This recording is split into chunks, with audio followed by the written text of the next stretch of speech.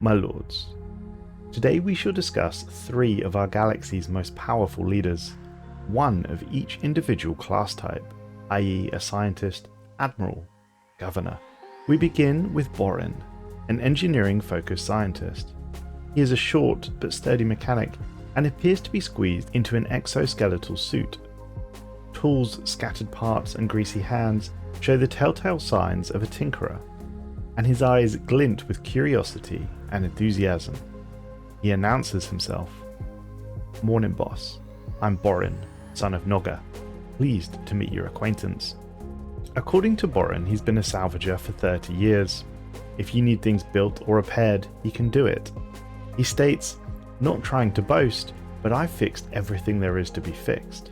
I've got a team of custom bots to dismantle, cut, weld, gather, repair, and reassemble whatever you need. Give me an engineering crew and I can service your entire navy. The bigger the better, as far as I'm concerned. I'm just trying to make my way in the galaxy, and you seem like an employer that values hard work and a steady hand.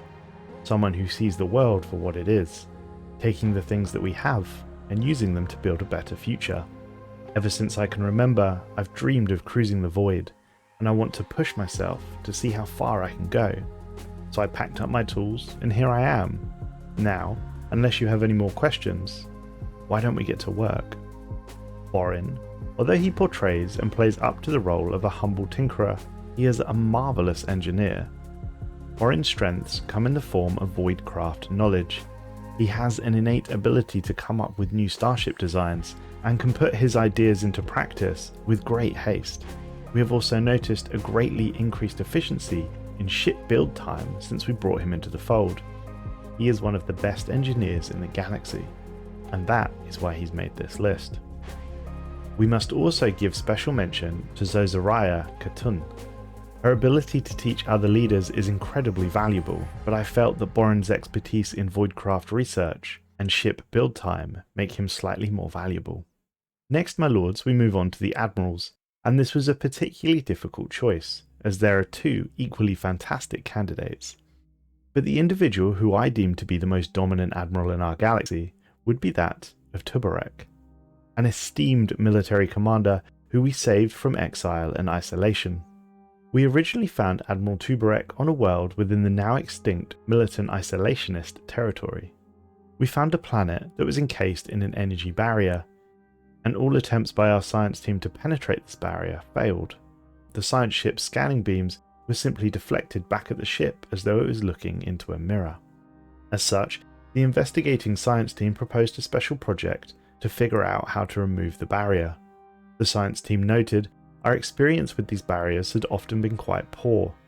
In a previous report, we encountered a genocidal race of lizards known as the Preeki. Nevertheless, after many months, we managed to lower the energy barrier surrounding the planet. We found an indistinct but habitable world, yet devoid of civilization, with one notable exception. A small isolated hut was found perched upon a mesa in the planet's northern hemisphere. Within the hut, we found a relatively old alien who demanded to speak with our government. He said, "You cannot imagine how good it is to finally see clear skies again. I am Grand Admiral Tubarek, former master of the combined Yarrow Reacher Armada and victor of 100 battles. I personally oversaw the conquest of the Duthbajak, Rikinak, Bilnarg, and Jeskari, empires hundreds of your centuries old. As my saviour, I pledge my service to you, and I should be honoured to lead your mighty fleets into battle against your enemies." We asked why he was marooned upon the planet. He replied, "Without my leadership skills, the Yarrow Reacher would be just another extinct forgotten species. I crushed the fleets of all who opposed us and put a dozen worlds to the torch, all to preserve the future of my kind. And this was my reward. When the peace finally arrived, we sought treaties with those who we had defeated. My presence became an embarrassment. I had become a symbol of Yarrow Reacher cruelty, and for my so-called war crime, I was imprisoned alone on this world. They lacked the courage to execute me. When they abandoned me, they explained that time would pass more slowly on the inside of this energy barrier.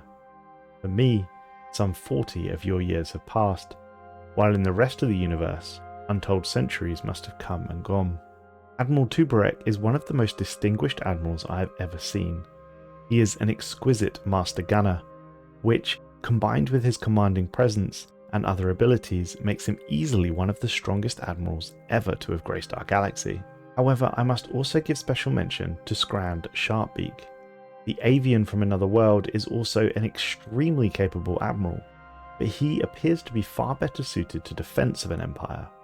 If I wished for a fortress to be built, Scrand would be my choice, but to knock down that fortress, Admiral Tubarek would be my first call.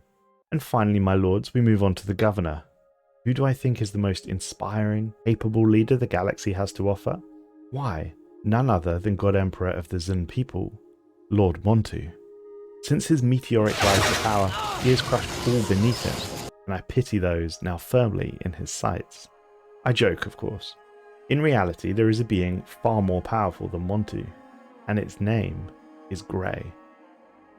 We came across Grey for the first time on a desolate tomb world during our initial expedition into the L cluster.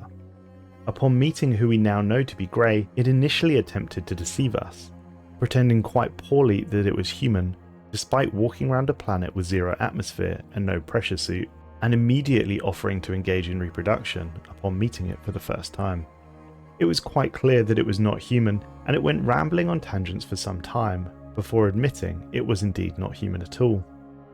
Grey told us that in fact it was made up entirely of billions of nanites, condensed down into a humanoid form. It told us that its creators called it the Nadi Shav, which translates to the Grey Tempest, or Grey for short. The tale it had to tell was quite magnificent, and I shall do my best to recount it.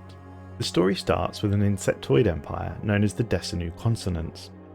According to Grey, this empire created a gateway network which included the L-gates, and if we understood correctly, the Desanu existed multiple millennia ago, but yet appear to be far younger than any of the major precursor races that we know of, i.e. the Cybrex, Zeroni and others. The Desanu lived at the absolute peak of technological ascendancy, and they created nanites from a source of living metal. The nanites, which according to Grey, had an infinitely complex self-designation, and were instrumental in the Desanu expansion across the wider galaxy. Eventually they began to construct the gateway network, allowing them to traverse much more efficiently across the galaxy. It's unclear how they initially reached the L cluster, but at some point they did, and eventually populated several of its star systems, and importantly, they made it the centre of all nanite production and central command for operations in their empire. After construction of the gateway network had been completed, the Desanu scientists began to find anomalies within the nanite code. They found that their nanites were beginning to turn rogue, they were not accepting commands, and their self-replication was beginning to get out of control. The Desanu, via a coded backdoor, recalled the entirety of the nanite horde into the L cluster in an attempt to regain control of the situation. The command worked. Billions of nanites entered the L cluster, but rather than falling dormant, they began gorging themselves on the planetary bodies within the star systems. The Desanu attempted to fight back, but were quickly overwhelmed, and it's only thanks to the quick thinking of a Desanu scientist who managed to force the L-gate into an indefinite maintenance cycle that kept the nanites imprisoned, thus preventing them from consuming the rest of the wider galaxy. The situation left the nanites with an awful lot of time on their hands. They only had 9 star systems to expand and consume, and they were remarkably quick and efficient at doing so. According to Grey, a few millennia were spent on fruitless attempts to leave the cluster, but failing that, they began experimenting with different shapes and forms. For a time, they became space dragons, or L-drakes, replicating the appearance of other space entities that they had seen in the wider galaxy. The dragons would act as any biologic would. They nested, had children, and so forth, but eventually this became stale, and so the nanites tried again. This time, they became their creators, the Desanu, even down to the individual citizens right before its collapse. However, it appears after several thousands of years, this also became stale, and the nanites' next experiment was, or rather is, Grey, a condensed humanoid form embodying their entire civilization.